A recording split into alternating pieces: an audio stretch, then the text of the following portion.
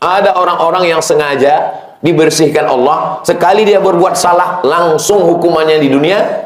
Hatta yamshi 'alal ardi makanat 'alaihi qati'ah, ketika dia berjalan di atas muka bumi enggak ada dosanya sama sekali karena dia sudah dibersihkan. Dan ketika dia mati menghadap Allah, dia tidak tersentuh api neraka. Inilah orang yang tidak kena hisab, langsung masuk surga. Tapi kita memandangnya di dunia sebagai orang kena kutukan. Ini orang terlaknat. Islam datang bukan membuat hidup kita menjadi senang, tenang, kenyang, lenang, adem, ayem, tentram. Islam merubah cara pandang kita melihat ujian. Dulu orang kalau ada penyakit berarti dia terkutuk. Tapi setelah Islam datang, ma yusibul mu'min min nasabin wala wasabin wala saqamin yashtakuha. Ada orang yang sakit, gundah gulana, susah hati, bahkan duri menusuk tapak kakinya. Illa kafarallahu anhu biha sayyi'atu. Sesungguhnya itu cara Allah untuk menghapuskan dosa-dosa. Kita husnuzon pada Allah. Mungkin saya salah, mungkin saya silap, mungkin saya angkuh, mungkin saya sombong. Lebih banyak melihat ke dalam. Tuba liman syaghalahu aibuhu an uyubin nas. Berbahagialah orang yang sibuk memikirkan aibnya, cacatnya, dosanya, sehingga dia tidak sempat memikirkan cacat orang lain. Kalau kamu menyakiti istrimu, uangmu akan hilang. Dalam kehidupan seorang pria, yang paling penting bukan saudara atau orang tua, tapi seorang istri. Orang tua memang membesarkanmu, tapi mereka tidak menua bersamamu. Begitupun juga saudaramu. Semua akhirnya akan punya jalan masing-masing. Bahkan anak-anakmu, seberapa dekat pun kamu, mereka akan punya kehidupan masing-masing.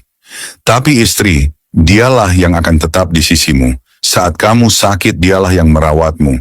Saat kamu tidak punya apa-apa, atau bahkan tubuhmu lelah, dia tetap ada di sampingmu. Saat kamu tersesat dalam hidup, dia juga yang membantu kamu bangkit kembali. Istrimu adalah sumber keberuntunganmu yang sesungguhnya. Ingatlah, jika kamu meremehkan istrimu, maka keberuntunganmu akan hilang. Kalau kamu menghargainya, menghormatinya, kehidupanmu akan lebih lancar dan damai. Barang siapa yang menyebutkan Al-Aziz, Al-Aziz, Al-Aziz, Al-Aziz selama 40 hari, ayo. Fi kulli yawmin 40 marrah. Setiap harinya 40 kali. 40 di 40. 40 kali per harinya selama 40 hari. Ya imam Al-Aziz, Al-Aziz, Al-Aziz, atau ya Aziz, ya Aziz, ya Aziz, ya Aziz selama 40 hari, ayo. Aghnahu Allah Ta'ala wa azzamu. Maka Allah akan kayakan dia. Jadi Allah akan kayakan dia. Inilah efek maksiat yang paling mengerikan. Efek maksiat yang paling mengerikan bukanlah saat kita diuji dengan sakit, bukan saat kita jatuh miskin, dan bukan pula saat kehilangan dunia. Namun yang paling mengerikan adalah ketika Allah mencabut kenikmatan dalam beribadah.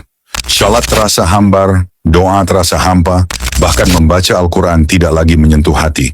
Itulah tanda hati mulai menjauh tanpa kita sadari. Pesannya, jika kamu sedang berada di titik ini, jangan putus asa, itu bukan akhir. Segeralah kembali. Perbaiki diri, tinggalkan maksiat, dan mohon ampun kepada Allah. Karena selama kita masih diberi kesempatan untuk sadar, pintu taubat masih terbuka lebar. Semoga Allah mengembalikan kelembutan hati kita dan menjadikan kita hamba yang selalu rindu beribadah. Amin.